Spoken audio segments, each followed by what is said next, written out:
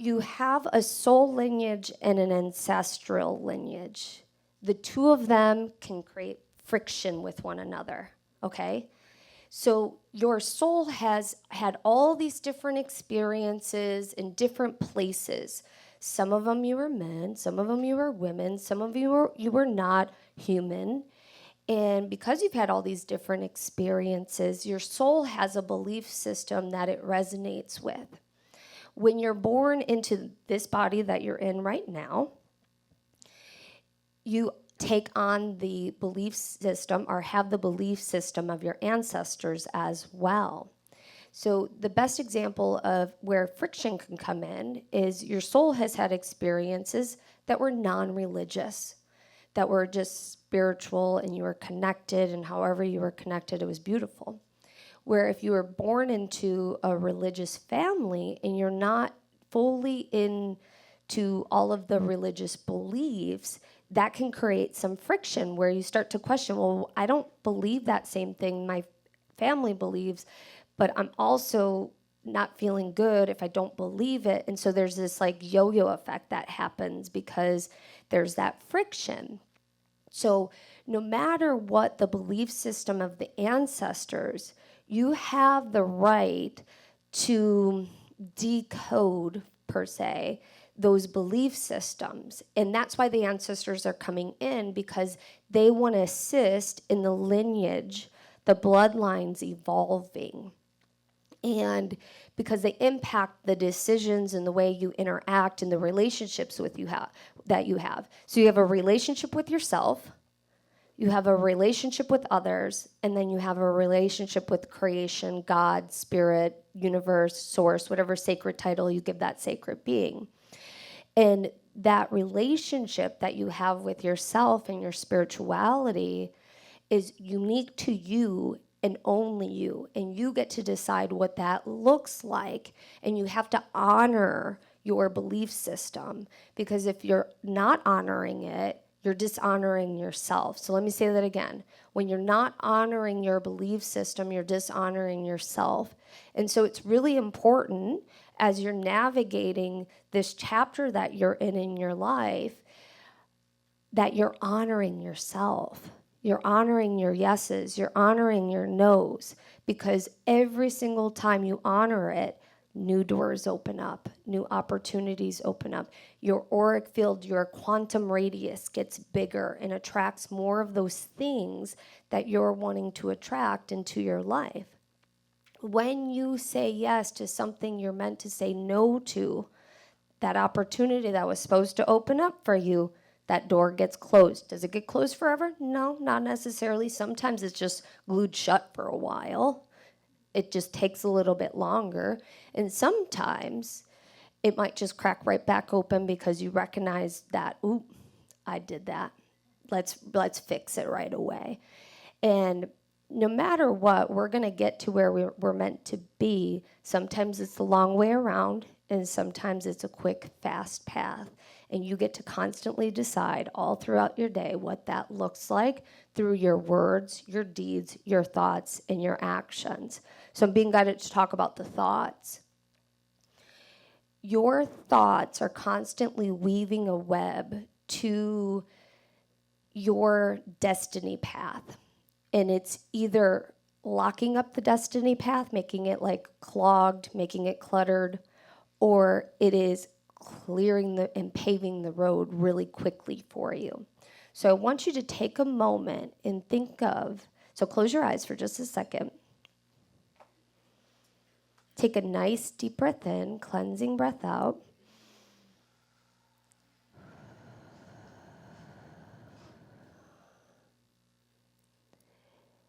And I want you to bring your awareness into your heart space and just remind yourself you're safe to observe your thoughts. And no thought is dangerous here. And I want you to ask yourself, what is one thought that does not serve my highest good? And the first thought that pops into your head, or it might be the third, because some of you might be in your head too much. What's the first thought or the third thought that comes up? And we're just going to honor the thought. And then I want you to think the thought, and then we're going to cancel the thought, and then we're going to choose a different thought that serves your highest good. So maybe the thought was, I'm always alone. Now we'll cancel it, and maybe the thought then is, I'm always supported by community, and my community loves me. And whatever the thought is, I want you to attach a feeling to it, and then I want you to breathe that feeling into your body, into your being.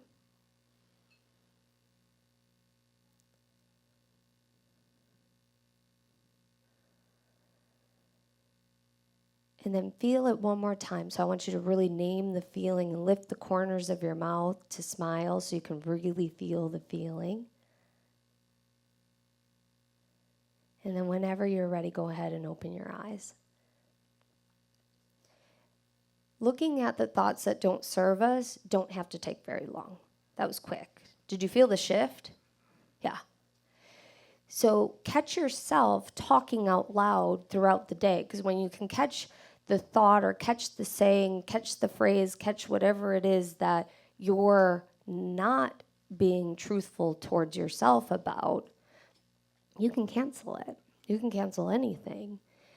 Because then when you cancel the thought, your deeds and actions start to change as well. And then your life really starts to change really quickly. And change can happen very, very quickly, and it can be really scary for some people. The thing about change is you have to remember is it can be one tiny, minute change at a time. So I'm going to give the example of the dishes. Maybe you don't want your counter looking dirty all the time. Maybe that change is simply just putting the dish in the sink or putting the dish in the dishwasher instead of leaving it on the counter. That's as simple as it can be, is making one slight little change so the brain starts to rewire. It's also not playing into, I have ADHD, I'm OCD. I have all these little labels that we hear on social media all day long. And yes, we do all have those tendencies, but playing into the labels actually ingrains the behavior even more. So if you're driving yourself nuts, because I know I do this myself, where I'm like, if I'm feeling out of balance, I start driving myself nuts, the best thing to do is take a seat, ground into your body, and it didn't take long. We just literally grounded into our body, and we were able to quickly shift the energy in just a couple breaths. And it's really, really powerful when you do that. I want you to take a moment, and I want you to think of, and this person can be alive or they could have transitioned already. And before I do that, I want to explain a couple things about the ancestors. So we can have ancestors that are not blood related, okay? So we can have ancestors that, like my stepdad, he's not blood related, but I'm very connected. We're soul family. We've had a lot of trauma. We've had a lot of traumatic experiences in previous lives. We've been mother, father, daughter, friends, whatever it is, right? But I'm not blood related. However, that has impacted my world so much because he was my stepfather. You can also be adopted, where this can kind of be confusing for some people because they're not sure what ancestors they're connecting to because they're adopted. It can be blood related or non-blood related. We have soul family we're connected to. We have our blood family we're connected to as well. And so when we're going to do this ancestor healing today, I want you to be open to whatever ancestors from whatever lifetime you're in to come through and support you today. And they're correcting me, ancestors. So there might be more than one ancestors, because they told me that, like, there are literally thousands of them when I was looking this morning. And they're all like, I want to help, I want to help, I want to be with. So we're going to do a healing today. But before we do that healing, what I want to do is I want you to think of a family member that may have transitioned or is still alive that you want to send love to, okay? Because I want us to open our hearts, and we're not healing them. We're not doing any of that. What we're doing is we're simply sending them love, and that's it. We're sending them love. And when we send them love, what's going to happen is your nervous system's going to relax. And I want you to send love to whoever it is the easiest for you to send love to. So if you have a hard time with, let's say, your mother, and you just sending love to your mother is really hard and it triggers you, we're not doing that, okay? We're not doing that. We're doing, and it could be a friend, it could be a family member, because remember, it's soul family. So it's whoever you want to send love to, and I'm going to walk you through really opening up your heart. So go ahead and close your eyes. I want you to imagine you're sitting in the center of your forehead, and there's a golden staircase that spirals down to your heart space. And I want you to either quickly walk down there or slowly walk down that golden staircase that spirals down. And you're going to see a beautiful lotus flower in the center of your heart space. It may be blue, it may be purple, it may be yellow, it might be multicolored, it might be rainbow.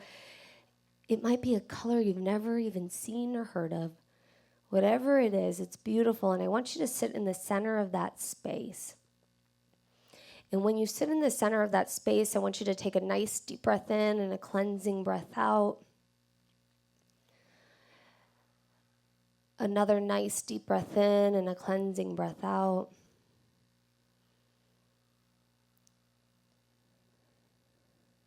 One more time, inhale. And then on the exhale, I want you to imagine your grounding cord rooting into the earth.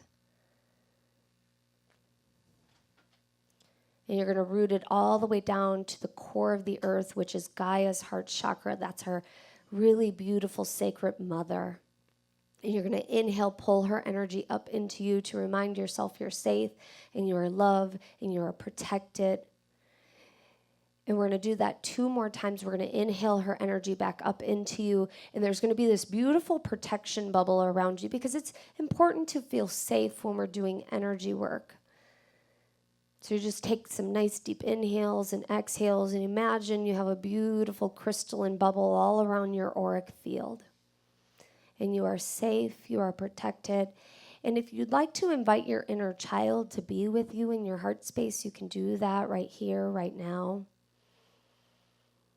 You can give her, him a hug, a high five, a shimmy, a shake, whatever feels good. The inner child really wants to be a part of this journey today because the inner child gets to experience a new level of love with the ancestors and also receive that healing. And I'm setting the intention that all aspects of your multidimensional being is going to be a part of this as well, even if we're not calling them in or we're not seeing them, which is your mental body, your emotional body, your spiritual body, your physical body, your ego.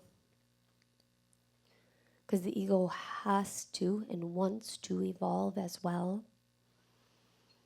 So once you take another nice deep breath in, cleansing breath out. And then I want you to imagine there's a beautiful decorated mirror in front of you, and the decor around the mirror may be simple or it may be intricate. And you're going to tap the mirror, and when you tap the mirror, the loved one that you want to send love to may appear, and you may sense it, feel it, see it, imagine it, hear it, know it. Or you might just write the name on the mirror. You have a little beautiful magic marker in your pocket.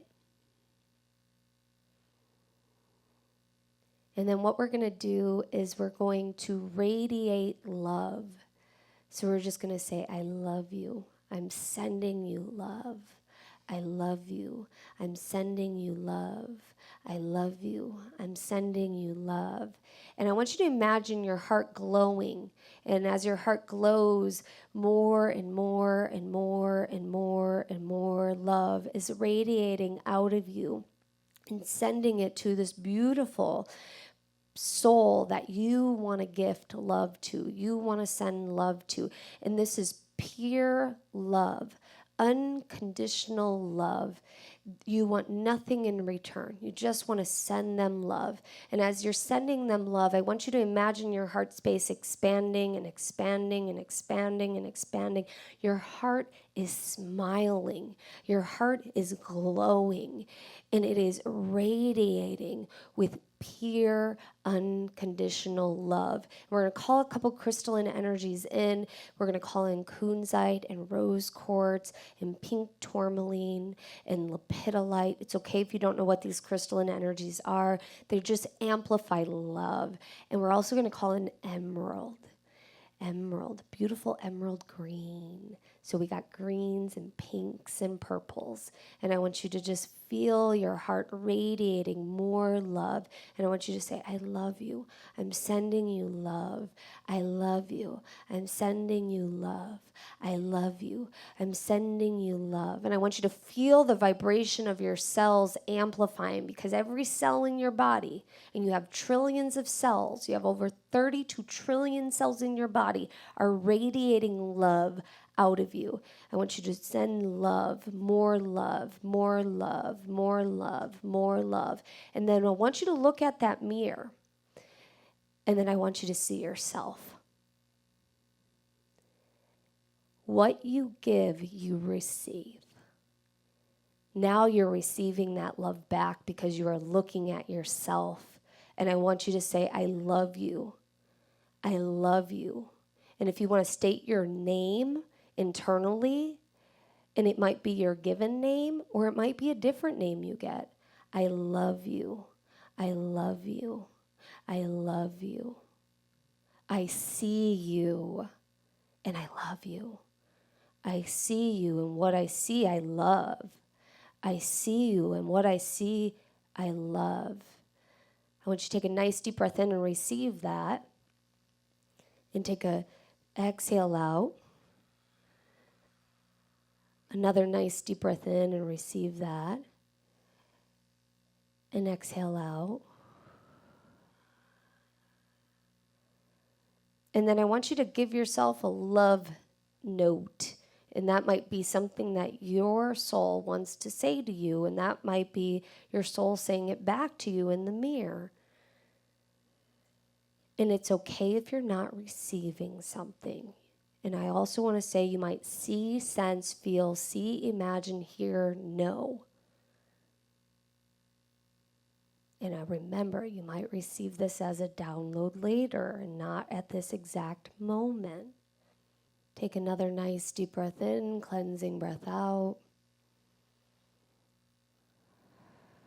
One last time, I love you. And then thank yourself for showing up today for yourself.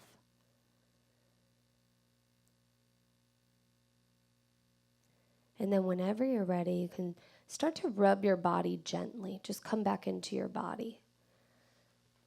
Wiggle your fingers and your toes, and whenever you're ready, you can blink your eyes open. Yawns are good. Tears are good. A little sadness is also good. If it was hard for you, you didn't do it wrong. It's just information. It's awareness. And it's awareness that there's something to look at here. There's something to explore here. Self-love is so important because if you're wanting to help your family, if you're wanting to heal the bloodlines, there's a level of forgiveness and love that we have to be willing to give. And what happens in return is you give that back to yourself. And so if you're in a place that you're having a really hard time loving yourself, this is a really simple practice. And it doesn't take long. You're going to think of the person you love the most, or the first person that pops into your head that it's easy for you to give love to. Sound simple? Awesome. You're welcome. Loving yourself is going to support the lineage and healing, because what you're doing is you're raising the vibration of the lineage. And we're here to heal old stories and belief systems. And they're wanting me to reiterate that. And when I'm saying they, it's the masters, teachers, and loved ones, the guardians of the records. They're wanting, you're here to heal the lineage. You're here to raise the vibrational frequency of the lineage. And what that looks like is unique to you and to your soul, into your soul's lineage and your family's lineage. Because you never want to leave out the soul lineage. Because remember, you have two lineages, the ancestral and the soul. And you have many, many, many, many, many ancestral lineages, depending on where your soul has been. And one of the things that we can do is we can heal lineages that we're not involved in right now. However, your soul is multidimensional, so time is a construct of the human existence. And so everything's happening simultaneously. And so you can have soul fragments that are stuck and frozen in time. And what I mean by that is, have you ever had an experience where you maybe had a conversation? It could be a good conversation or a bad conversation, a challenging conversation or an amazing conversation. And it could be with someone you know or a stranger, and you can't stop thinking about it for days. That usually means you're frozen in time. There's an aspect of you that's still in that conversation.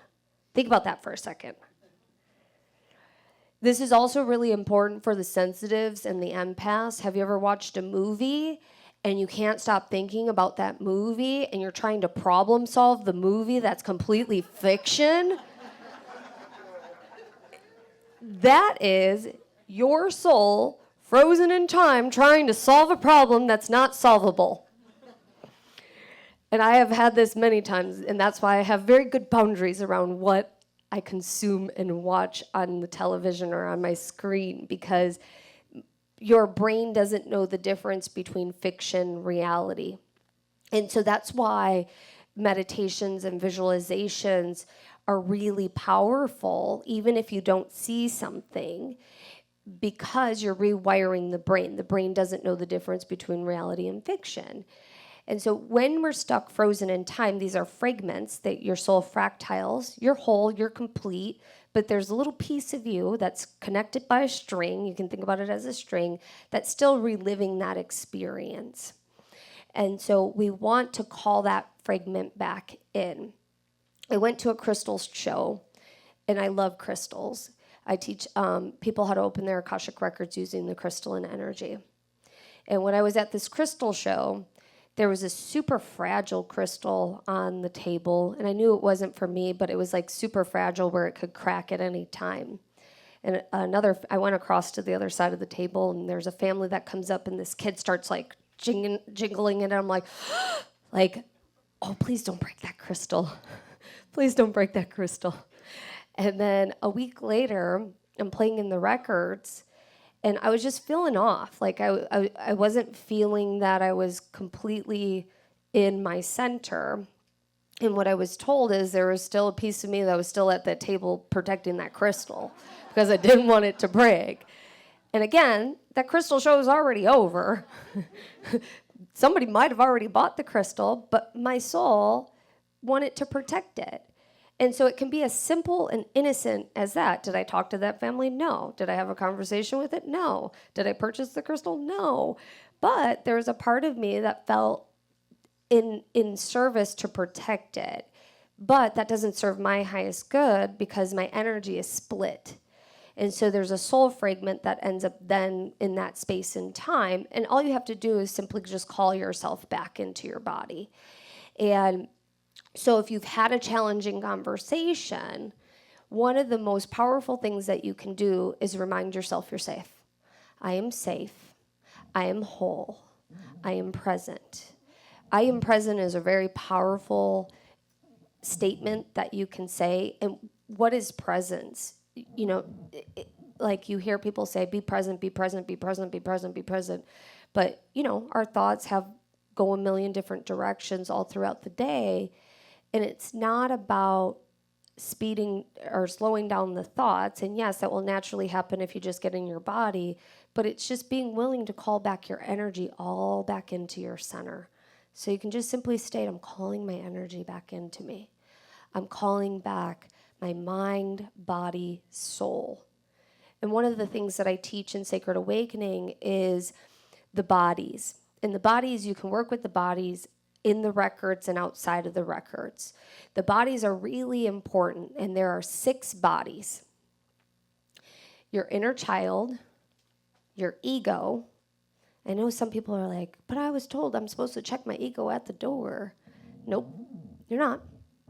Your ego is really important to assist in evolving, because your ego helps you not put your hand into the fire.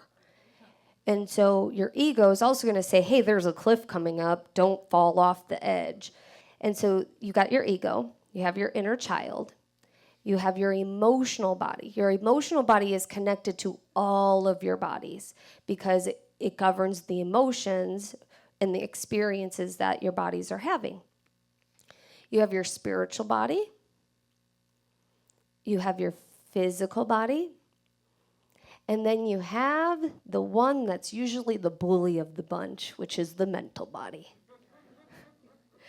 We get it caught in our heads. We overthink. We think we have to do more than what we have to do, and we don't have to do anything.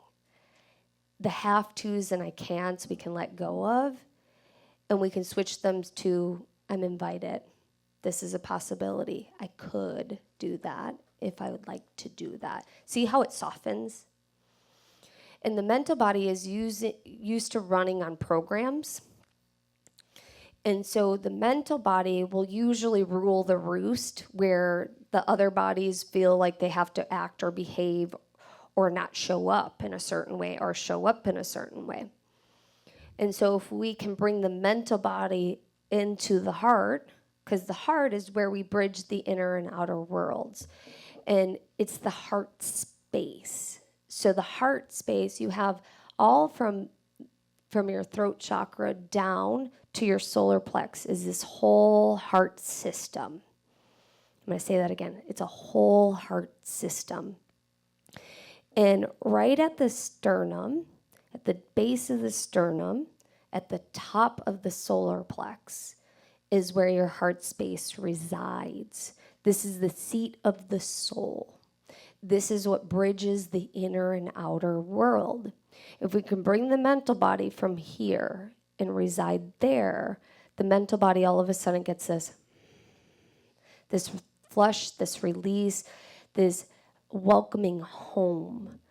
Because half the time, and let me know if this resonates with you, we're busy being busy.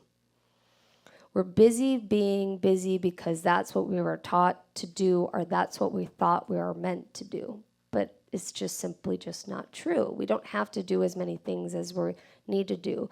How many people have 20 things on their to-do list every day?